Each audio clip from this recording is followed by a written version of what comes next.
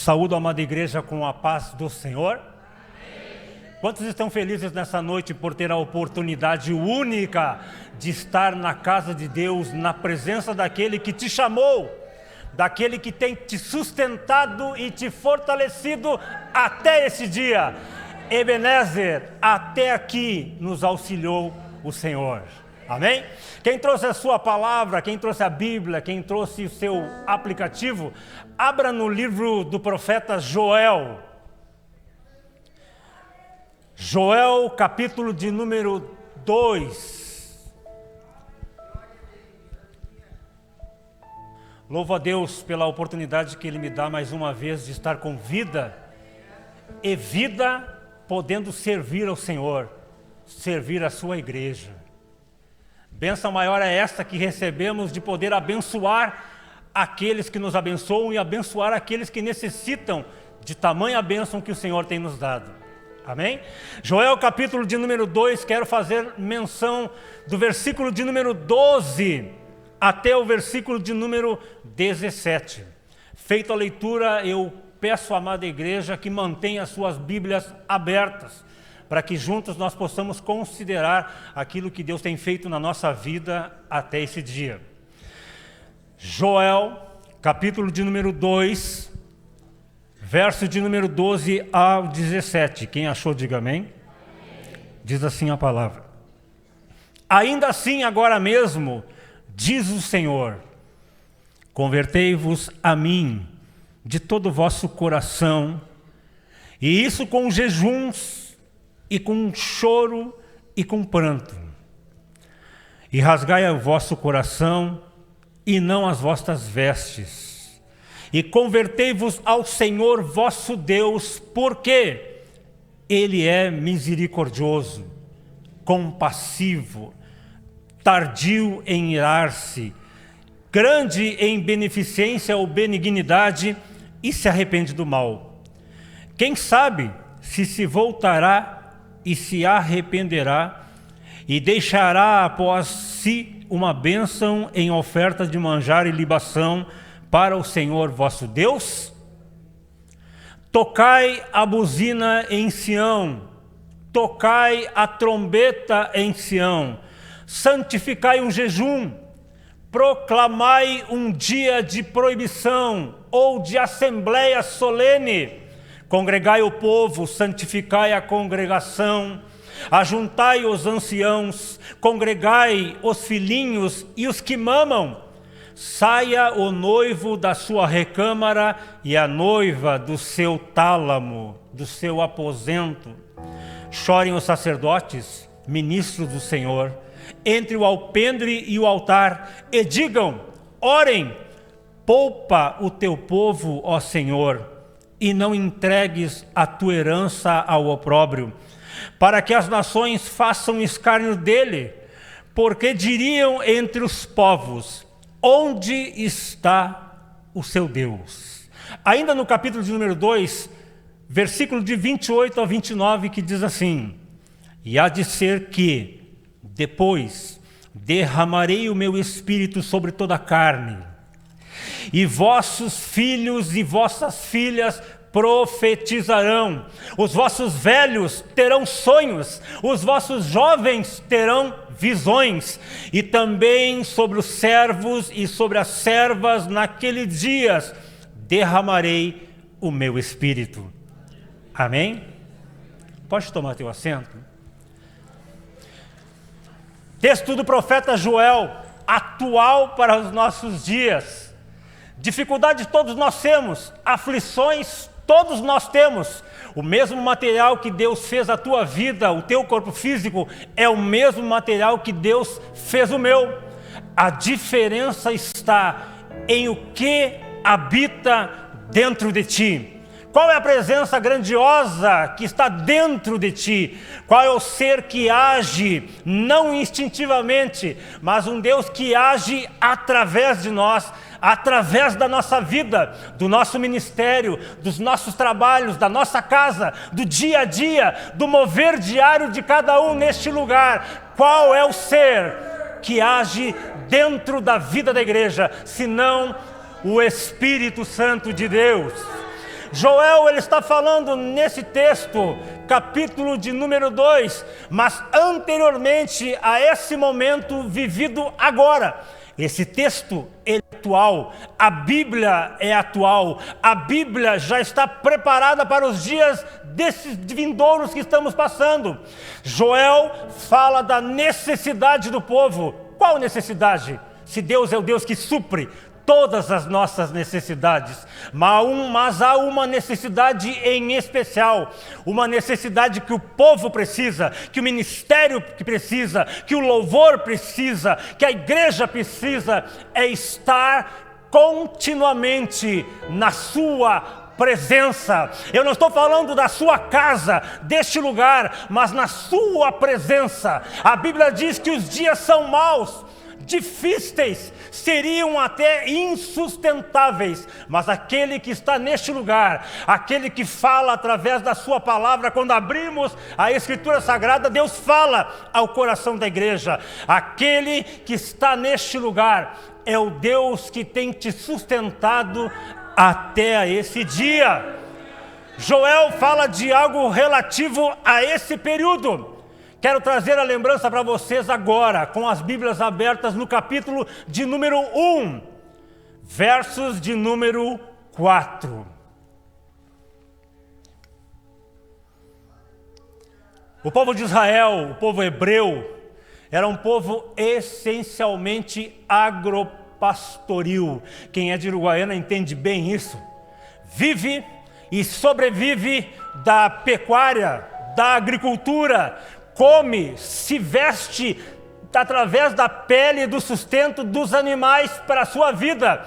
Israel não era diferente. Naquele tempo viviam, respiravam, produziam para se manter e para produzir para os demais povos peles de animais, carne, leite, desses vestimenta.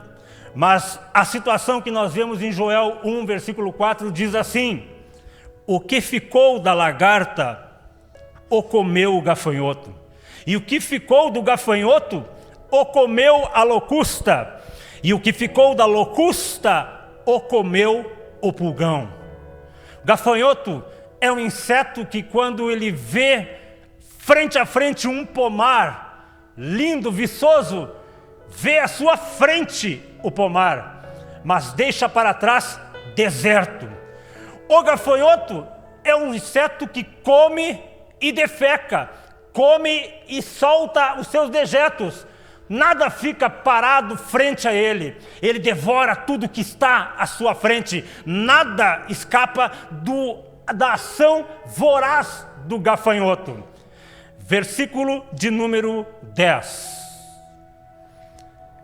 O campo está assolado, e a terra triste, porque o trigo está destruído, o mosto se secou e o óleo falta. Não bastasse a ação do inseto que agora devora, e no texto bíblico nós lembramos nesse tempo presente do devorador, do migrador, do cortador e do destruidor. 4 pragas de insetos gafanhotos que devoram tudo que vem.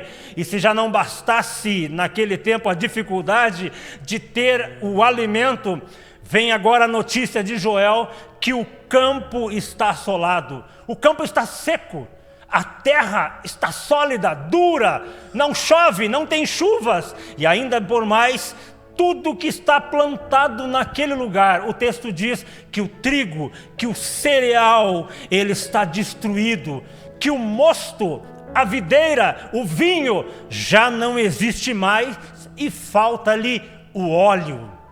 Ouvimos o texto falado pelo pastor João Batista aqui. O óleo da botija não se secou. Não faltou farinha naquela mesma, mas aquela era uma situação. A situação que nós lemos em Joel é bem diferente. Falta-lhe alimento, falta-lhe estrutura. Os insetos devoram tudo aquilo que eles produzem. Não bastasse isto, versículo de número 12 do capítulo de número 1.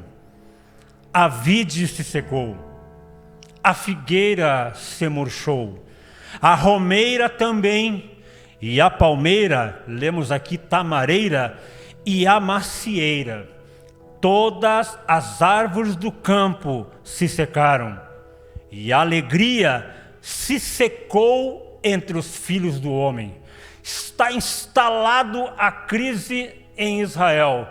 Os animais estão no campo com sede, com fome. A população não tem o que se alimentar.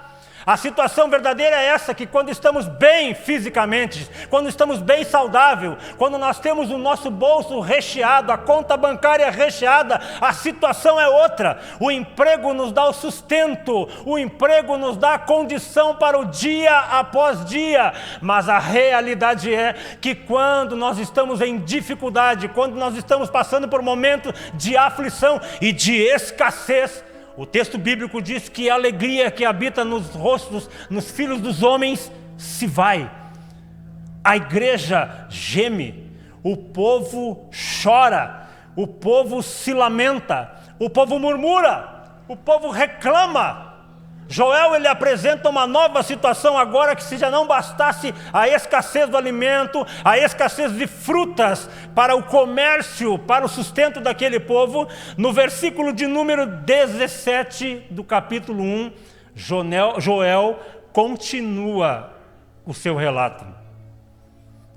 A semente apodreceu debaixo dos seus torrões. Os celeiros foram assolados, os armazéns derribados, porque se secou o trigo. Não há sustento, não existe alimento, não tem produção, não tem matéria-prima. Até mesmo a semente que eles têm de reserva foi agora colocado no solo como uma última alternativa, uma última chance de que viesse a chuva, irrigasse a terra e a semente germinasse.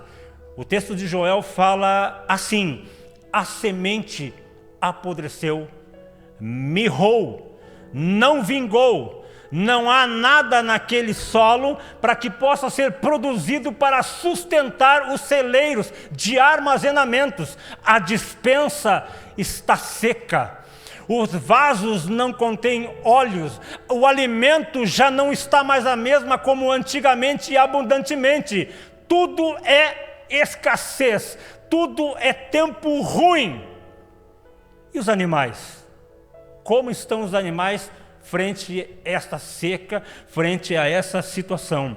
Versículo 18: como geme o gado, as manadas de vacas estão confusas, porque não tem pasto, também os rebanhos de ovelhas são destruídos. O cenário é esse, é crise por todo lado. Seja crise política, seja uma crise social, seja uma crise agora de alimentos, de escassez, falta de dinheiro, não tem como produzir, não tem como comprar, não tem como encher os celeiros. Todos sofremos. No tempo presente não é diferente. 2 anos atrás passávamos por uma pandemia. Quem disse que nós estaríamos aqui? Ele disse. Ele prometeu, Ele era fiel com a sua igreja, é Ele que te sustentou até esse dia. Se você tem saúde, alegre-se na presença de Deus. Se você está de pé, alegre-se na presença de Deus. Se você tem fôlego de vida, como diz no Salmo 150, todo ser que respira, louve ao Senhor, exalte ao Senhor, engrandeça a Ele, pois não é mérito do homem algum, tudo é o Senhor que provém. Mas a situação da igreja não foi diferente. Joel capítulo 1, verso de número 9. A igreja padeceu, sofreu com aquela situação. Joel no capítulo de número 1, verso de número 9, ele diz assim: foi cortada a oferta de manjar, a libação da casa do Senhor. Os sacerdotes, diz a palavra, servos do Senhor, estão entristecidos. Não há para onde correr, Joabe. Não tem como ficar de pé, pastor João. Igreja, o momento é de caos e dificuldade. O que fazer nesse momento onde parece que tudo não tem nada a ver com o seu povo, mas que tudo não pode ser feito nada nesse lugar? Aonde está a solução? Entramos em Joel, capítulo de número 2, versos de número 12. Diz assim a palavra de Deus: ainda assim, agora mesmo, diz o Senhor, convertei-vos a mim.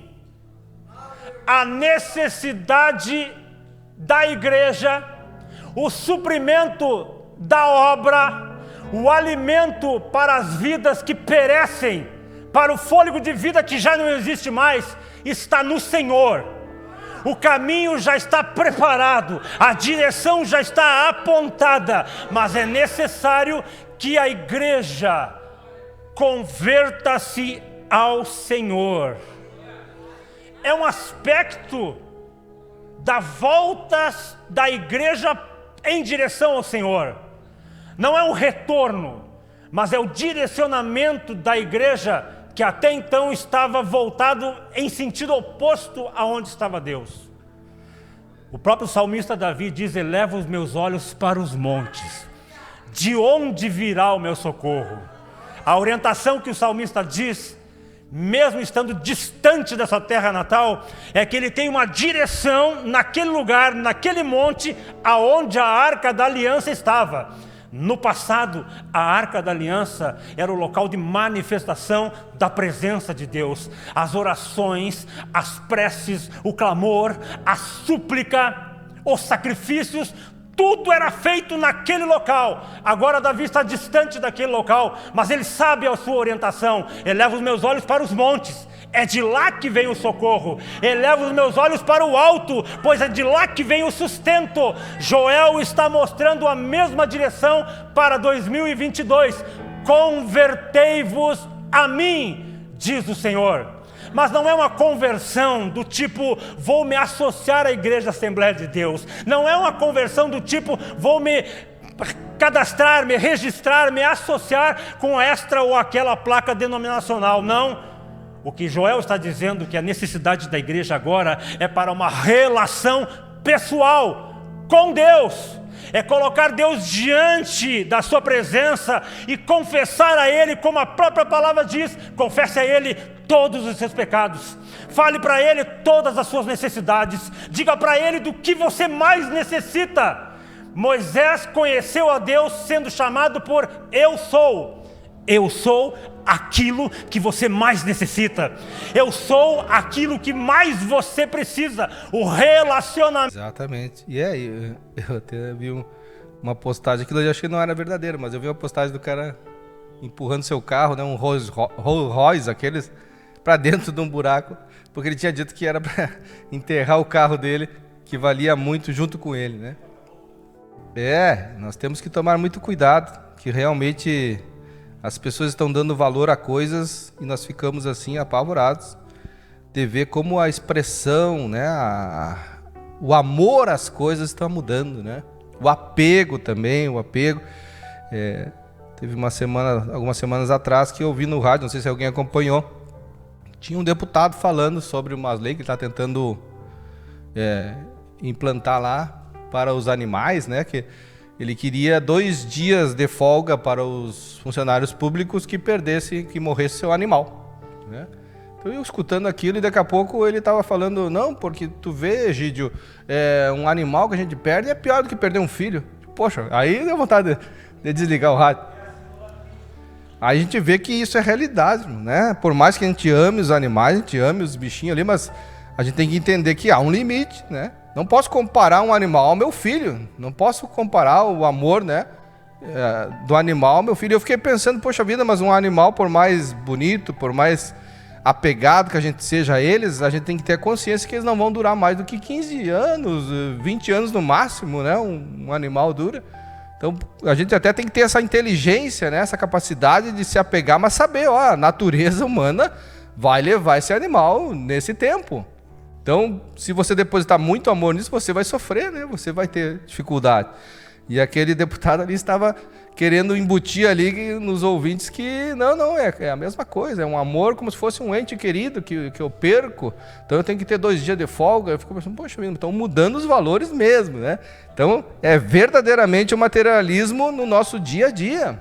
O materialismo está realmente afetando as pessoas, as famílias, os lares, e a gente vê muitas famílias aí hoje em dia que já fizeram uma pesquisa que muitos casais não estão mais querendo ter filhos, né?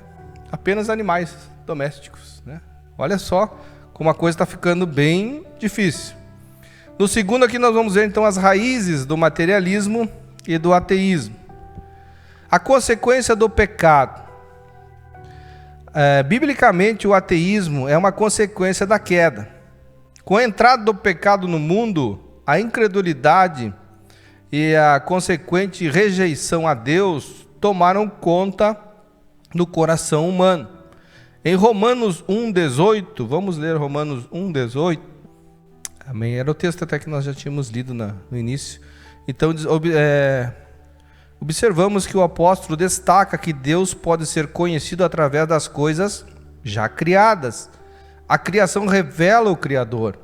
Isso deveria conduzir o homem a glorificarem a Deus. Contudo, isso não acontece, porque o homem que se diz sábio se tornaram tolos, como está escrito em Romanos 1,22. O salmista destacou: disse o nércio no seu coração, não há Deus.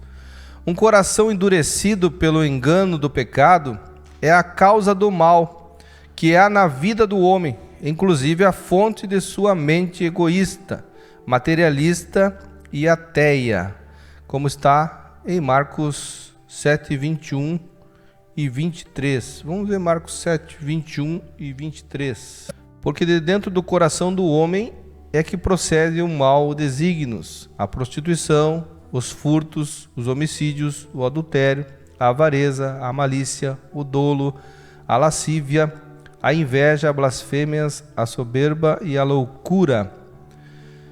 Ora, todos esses males vêm de dentro e contaminam o homem. Então, essas coisas é que realmente trazem a origem do ateísmo, né? De não aceitar a Deus, não aceitar as coisas espirituais. No 2 vai dizer a cegueira espiritual. O pecado é a causa primária da incredulidade humana e, consequentemente, a fonte de seu materialismo e ateísmo. Contudo, convém destacar que as Escrituras mostram que a cegueira espiritual também é causada por Satanás. É exatamente isso que o apóstolo diz, nos quais o Deus deste século cegou o entendimento dos incrédulos, para que eles não resplandeçam a luz do evangelho da glória de Cristo. Isso é a imagem de Deus, que está em 2 Coríntios 4:4, né? Exatamente esse texto. E nós sabemos que é bem assim, né? O inimigo trabalha dia e noite para cegar, para endurecer os corações, para não deixar a palavra entrar. E mesmo quando a palavra entra, ele ainda trabalha para que aquele que começa a entender pare no caminho, né? Não se dedique mais, não busque mais. E como eu falava, muitas das vezes, não tenha o temor de Deus, né? Ao mesmo tempo que está na igreja dizendo que Deus é grande, poderoso, maravilhoso, que está em todos os lugares, ele é capaz de sair ali fora e pecar da mesma maneira, pecar do mesmo jeito. Então ele fala com a boca, mas não faz na sua vida verdadeiramente aquilo que está crendo. Então nós devemos crer e viver o que cremos. Se cremos que Deus é grande, poderoso, está em todos os lugares, devemos temer Ele e a sua presença, né? Não precisamos que ninguém nos imponha os limites. A presença dEle vai manifestar esses limites para nós. Amém, irmãos? O diabo trabalha no coração dos incrédulos e os cega para a realidade espiritual. O homem endurecido pelo pecado e cego pelo diabo não consegue enxergar a Deus, mesmo que ele se revele de forma bem clara e objetiva, como escreve a carta aos Romanos. Então, mesmo com tudo, o coração do homem está tão endurecido, o diabo está trabalhando contra, que nós vemos uma geração aí que não quer saber de Deus, uma geração que prefere andar por si próprio e achar que todas as coisas são simplesmente o que termina aqui na Terra. Então a sinopse do 2 diz assim: o materialismo e o ateísmo são consequências diretas do pecado e da cegueira espiritual idealizada pelo seu Deus deste século. Aqui nós vamos agora então, irmãos, passar para o 3, tópico 3, que vai dizer: pressupostos das doutrinas materialistas e ateístas. No 1 vai dizer a negação da existência de Deus. Como vimos, o materialismo e o ateísmo consideram a matéria como a única realidade possível. Por isso, evidentemente, que tanto um quanto o outro tem como pressuposto de sua crença a convicção da ideia que Deus não existe. Nesse caso, ambos eles dizem e afirmam que em provas científicas que negaram a existência de Deus e das demais verdades espirituais. Contudo, a negação de Deus por parte do ateu e do materialista não acontece em razão de fatos cientificamente provados, nem tampouco porque os cristãos não apresentaram fatos ou provas, mas porque eles se recusam em reconhecer as evidências apresentadas. Então é bem desta forma. Às vezes você se depara com uma pessoa e ela não quer te ouvir, né? Não adianta você dizer algo de Deus ou querer falar de Deus, porque ela já tem as suas convicções e não quer mudar. Então muitas das vezes é necessário até para você, quem sabe assim, que convive com essa pessoa, né? Um colega de trabalho, um parente, muitas das vezes, primeiramente orar muito, pedir muito para Deus, porque a gente sabe, né, irmãos, que lá no passado, quem sabe nós, quando estávamos na mesma posição, da mesma maneira, nós também éramos endurecidos, né? Eu lembro muito bem quando eu ia visitar meus irmãos, né? Meus irmãos moravam no mesmo pátio, um na frente e outro atrás, e os dois já tinham se convertido, né? E eu ainda não. E eu chegava lá, me lembro bem de um almoço que teve, e os meus irmãos me pegaram eu lá no fundo e as minhas cunhadas pegaram a minha esposa lá na frente. E começaram a falar coisas assim. Até não eram tão incisivos, mas a gente sabia que eles estavam querendo nos levar para a igreja. E nós depois saímos dali dizendo: poxa vida, me pegaram eu e tu, né? Querem porque querem nos levar para a igreja. Nós estávamos endurecidos o coração, nós não estávamos entendendo aquele plano ali. Naquela hora, naquele momento, nós não estávamos entendendo. Mas era Deus semeando, Deus trabalhando devagarinho, né? E não foi por aquela conversa que eu me converti, mas quem sabe, né? Aquilo ali no campo espiritual, né? Na obra de Deus, influenciou.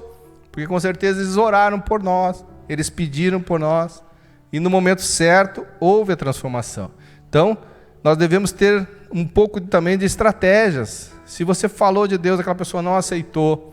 Se você vê que aquela pessoa até recusa qualquer coisa que você fala, então vamos orar primeiro, vamos pedir para Deus, quem sabe com testemunho, falando alguma coisa, não diretamente, né?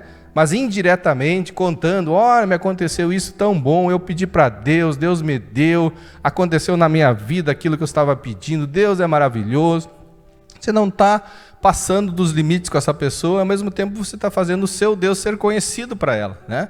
Para chamar a atenção. Nós sabemos que aqui essa lição vai mostrar que há uma dureza de coração, e essa dureza é real, é verdadeira. Nós não podemos pensar assim: essa pessoa não quer porque ela não gosta de mim. Não, ela está com o coração endurecido. E para quebrar um coração, somente o Espírito Santo, né? Porque é Ele que convence o homem, né? Diz a palavra bem clara que não é o poder das nossas palavras, mas é o poder do Espírito Santo que molda, que transforma, que faz aquela pessoa pensar de outra forma e dá acesso às coisas de Deus a serem transformadas na mente e no coração do ser humano. As Escrituras deixam bem claro que Deus o manifestou em Romanos 1,19. Em outras palavras, o ateu depende da não fé dele e não da ciência para tentar provar que Deus não existe, uma vez que ele já se manifestou claramente. Deus não está longe de cada um de nós. em Atos 17, 27. Pelo contrário, nós sabemos que ele está bem perto, né? Está junto de nós, e não só cantamos isso, né? Que ele venha fazer morada em nós, como literalmente ele quer morar, permanecer, não fazer uma visita apenas. Ele quer permanecer em nós, nos dando força para viver. No 2 vai dizer assim: negação de que o homem é um ser singular. A Bíblia diz que Deus fez o homem à sua imagem e semelhança. Aleluia. Então é bem claro aqui, irmãos, que Deus fez o homem à imagem e semelhança dele, né? Então é um ser realmente singular, diferenciado. E aqui o ateu, né, tentam mudar essa história, né? Isso significa que o homem, ao contrário das demais coisas que foram criadas, reflete a imagem do seu Criador. Não é errado, portanto, dizer que o homem é a coroa da criação. Contudo, o materialismo e o ateísmo negam essa singularidade por ser humano em relação às demais espécies. Por isso que vem aquele pensamento deles que nós saímos do macaco, que nós fomos evoluindo, porque eles não querem aceitar que nós somos a imagem de Deus, do Deus Criador. Então eles fazem de tudo para impedir, né, que a gente aceite isso. Nesse aspecto, para eles o ser humano não possui uma alma imortal. Aquilo que eu falava, para eles termina ali no caixão, né? Quando entrar no caixão, terminou. Não existe mais nada, acaba ali. Então por isso que eles não aceitam uma alma imortal, que algo ainda vai continuar acontecendo. E por isso não passa de um simples produto da cadeia evolutiva. Então olha como é pobre o pensamento do ateu, né? E do materialista. Ele só enxerga esta vida. E a cada ano que passa a gente vê que essa vida é curta, é muito passageira. Então Deus gastou... o Criador, não é? Se eles pensam assim, né? A natureza, se foi a natureza que criou tudo isso, será que ela gastou tanto tempo, tanto aperfeiçoamento, para nós ficarmos aqui só esse tempo, né? Esse curto tempo e deu? Parece tão vago esse pensamento que até eles mesmos não conseguem sustentar esse pensamento, né? Existe todo esse universo tão grande, tão maravilhoso, o ser humano está aqui dispondo disso, só para passar aqui 40, 80, 90 anos e deu? Não, né? Nós temos certeza que Deus fez tudo isso porque Ele tem um plano maior. E a eternidade não se compara aos anos aqui na Terra. Então é isso que nos dá ânimo, nos sustenta e nos dá a clareza deste Deus. Deus é maravilhoso, Ele não fez somente esse tempo aqui. Ele fez a eternidade, preparou para nós. Por isso nós podemos nos alegrar na certeza de que vale a pena, né, irmãos? Vale a pena conhecer esse Deus. Então a sinopse do 3 diz assim: a negação da existência de Deus e a negação da singularidade do homem são os pressupostos do materialismo e do ateísmo. Vamos entrar aqui então na última parte, no 4, que diz: respondendo ao materialismo e o ateísmo. Afirmando as verdades da Bíblia, qualquer resposta ao materialismo e ao ateísmo e a seus derivados, como o neoteísmo, precisa partir das Escrituras Sagradas. É a Bíblia que encontramos as verdades sobre Deus e uma forma precisa e sem erro. Deus, portanto, se revelou nas páginas das Escrituras. As Escrituras mostram Deus como Criador. É bem claro lá, Gênesis 1, né, do 1 e 2, que diz aqui, está até aberto: e no princípio criou Deus o céu e a terra. A terra, porém, estava sem forma e vazia, havia trevas sobre a face do abismo, e o Espírito de Deus pairava por sobre as águas. Então é bem claro aqui, a Bíblia demonstra desde o início que Ele é o Criador de todas as coisas, e crendo nisso, nós não precisamos de muita coisa, precisamos só olhar a claridade do céu ali fora e dizer: Deus existe, Deus é verdadeiro, Deus está em todas as coisas, amém? sustentador e mantenedor do universo. Hebreus 1:3. É isso aí, Hebreus 1:3. Glória a Deus. Aqui vai continuar, quer ver? A mesma Bíblia diz que pela fé entendemos que os mundos, pela palavra de Deus, foram criados de maneira que aquilo que se vê não foi feito do que é aparente. Pela fé entendemos que foi o universo formado pela palavra de Deus, de maneira que o visível veio a existir das coisas que não aparecem. Então a expressão de que Deus criou todas as coisas pelo poder da sua palavra, né? E então isso tudo aqui nos mostra que realmente Deus, ele se comprova, né? As coisas que ele criou comprovam quem ele é, né? As coisas que ele fez comprovam a sua grandeza. Então o ateu, o materialista, ele tenta impedir essa existência, né? Como se Deus não tivesse criado nada, que foi o Big Bang lá, não sei o que, a explosão. Eles tentam de toda forma não deixar, né, que a gente entenda que existe um Deus acima de todas as coisas, e esse Deus é que nos deu a vida.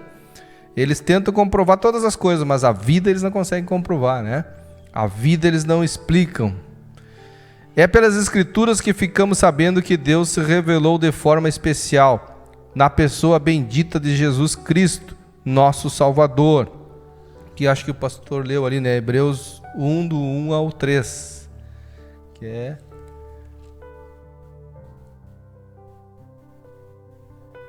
Aqui, ó, mas vamos ler do primeiro ali, então. Havendo Deus outrora falado muitas vezes, de muitas maneiras, aos pais pelos profetas, nesses últimos dias nos falou pelo Filho, e quem constituiu o herdeiro de todas as coisas, pelo qual também fez o universo. Então ele fez todas as coisas e se revelou em Jesus para nós. No 2 diz, fazendo o uso correto da razão.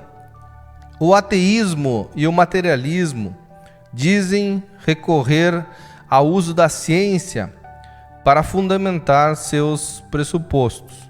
Contudo, convém dizer que aquilo que eles dominam da ciência, na verdade, é um cientifismo, ou seja, a ciência usada de forma de seus parâmetros, a princípio, para confirmar sua crença ou ideologia, já devidamente adotada. Isso porque a ciência, na verdade, não nega a existência de Deus, mas a confirma. O cristão, portanto, não precisa negar a sua racionalidade para acreditar em Deus. As Escrituras afirmam que somos espírito, alma e corpo. 1 Tessalonicenses 5:23. Então, a Bíblia nos mostra, né? E nós sabemos que nós não somos só matéria. Nós não somos só o corpo aqui, né? Que vai apodrecer, que vai ficar aqui na terra. Mas nós temos um espírito e uma alma. Isso significa que somos seres integrais. A razão faz parte do nosso ser. Devemos usar nossa fé e também nossa razão quando expressamos nossa confiança em Deus. A sinopse aqui do 4 diz: a igreja se posiciona diante do materialismo e do ateísmo, afirmando as verdades bíblicas e fazendo o uso correto da razão. Então a nossa conduta deve ser apenas apresentar a palavra de Deus, né? Em todos os momentos, quando se deparar com um ateu, com alguém assim que seja materialista, é apresentar a palavra de Deus, o que diz a palavra, e essa confirmação é que comprova as coisas. Não é a nossa razão, mas é a Bíblia, né? Enquanto eles têm só a sua razão, né? Eles querem ter só o seu pensamento, o seu credo, e não conseguem provar, né, que Deus não existe. Por quê? Porque nós sabemos que as coisas comprovam a existência do nosso Deus. Aqui na conclusão nós vamos ver assim, irmãos. Vimos que as ideologias do materialismo e do ateísmo têm se revigorado nesses últimos tempos como a sutileza do engano que procuram espreitar a Igreja de Cristo. Como crentes não podemos fazer vista grossa a essa realidade nem tampouco negá-la.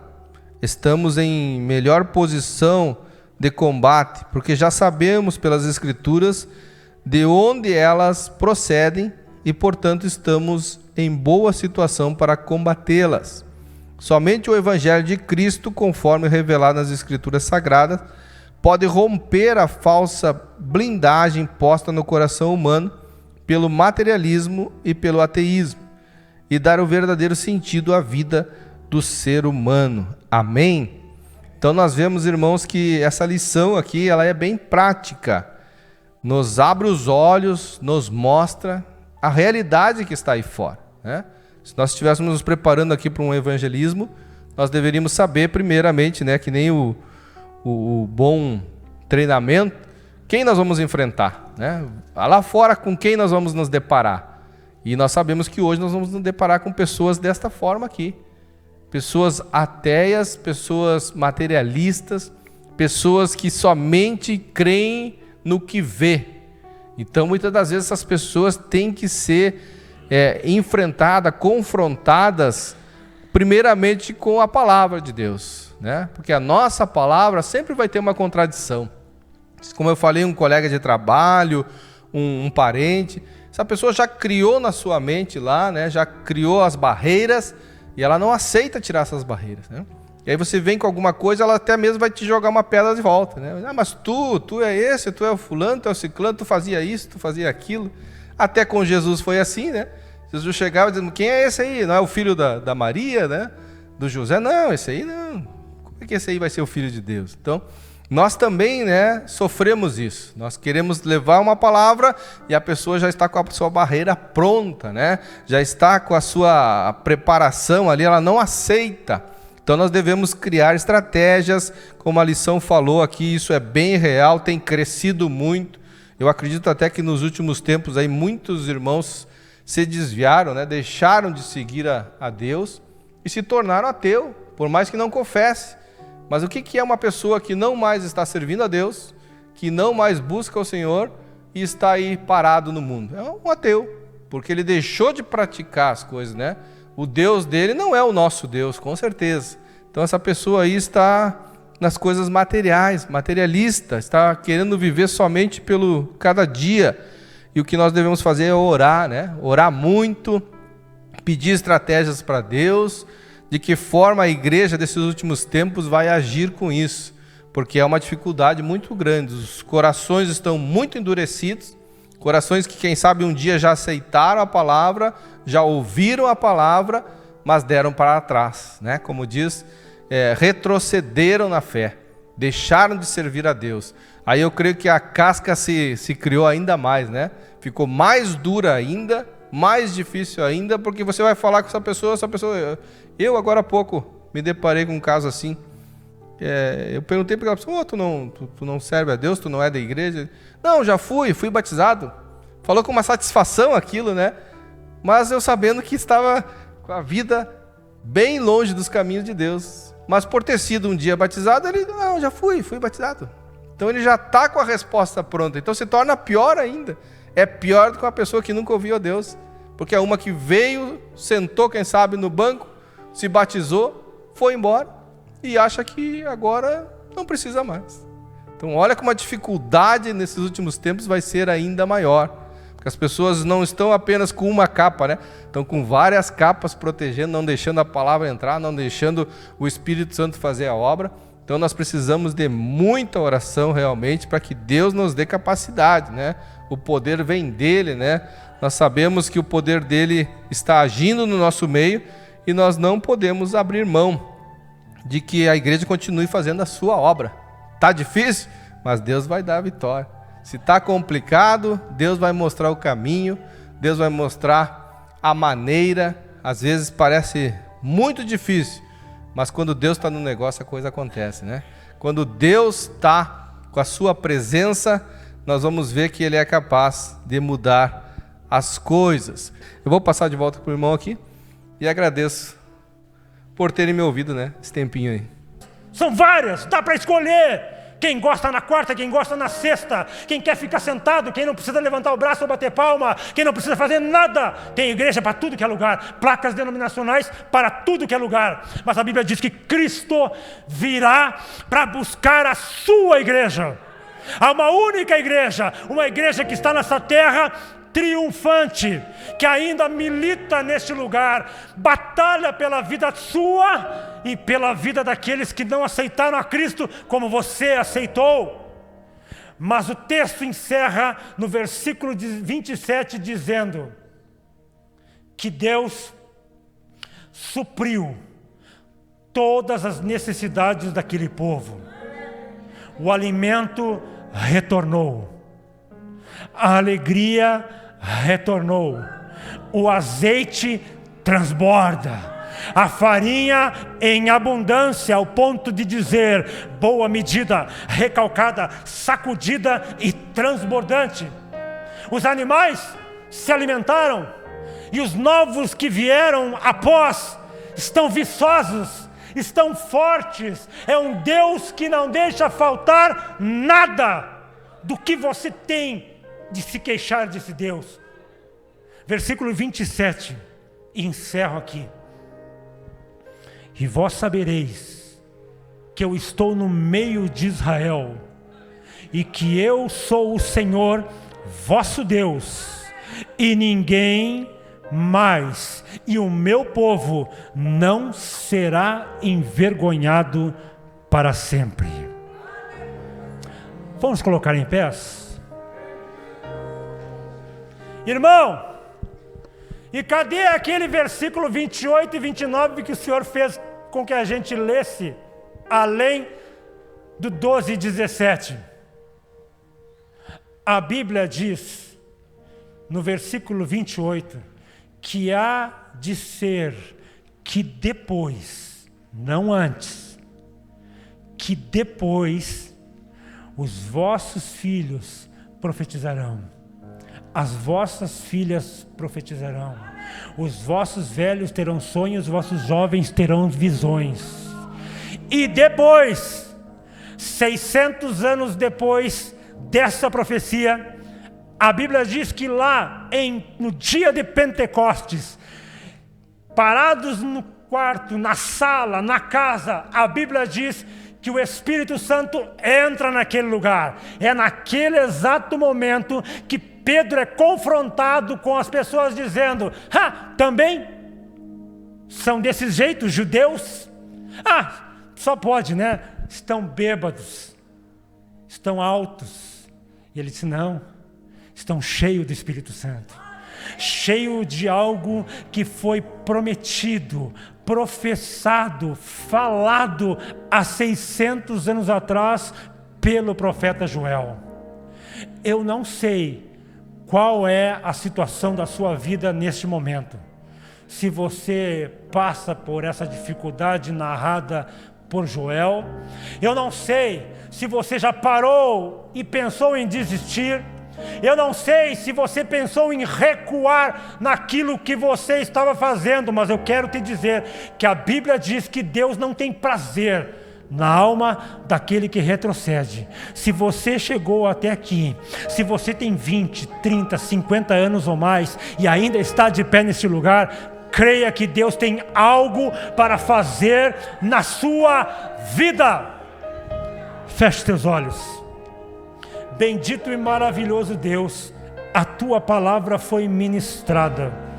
A semente, Pai, que no passado caiu num solo rochoso, duro, Senhor, hoje nesta noite, pela sua chuva de bênção, molhou, irrigou a terra do nosso coração. E essa semente agora, Pai, que começa a fazer morada no coração do homem, ela começa agora a se enraizar, se fortalecer. Ela está criando, Pai, agora vigor, ela está criando força agora no coração do homem, para que ele possa caminhar mais uma milha, é um pouquinho mais. Senhor, dá força a esta casa, dá força a este povo, renova nesta noite a nossa fé, renova nesta noite a nossa aliança com o Senhor, fortalece, Espírito Santo, a vida daquele que está cansado, Há muitos que gemem, que sofrem, que choram e se lamentam, ó Pai, mas o Senhor é um Deus de provisão. Mais do que aquilo que buscamos ultimamente nessa terra, queremos ouvir a Tua voz e estar todos os dias na Tua presença. Espírito Santo de Deus, sela nessa noite, ó Pai, a vida daquele homem que tanto sofre, que tanto geme, mas que pode ouvir a sua voz e fortalecer o seu espírito. Derrama nesta noite, ó Pai, o teu espírito abundantemente na vida de cada um de nós. O Senhor é o Deus que não nos despede de maneira nenhuma de mãos vazias. O Senhor é galardoador daqueles que buscam na sua presença, em nome de Jesus. Amém.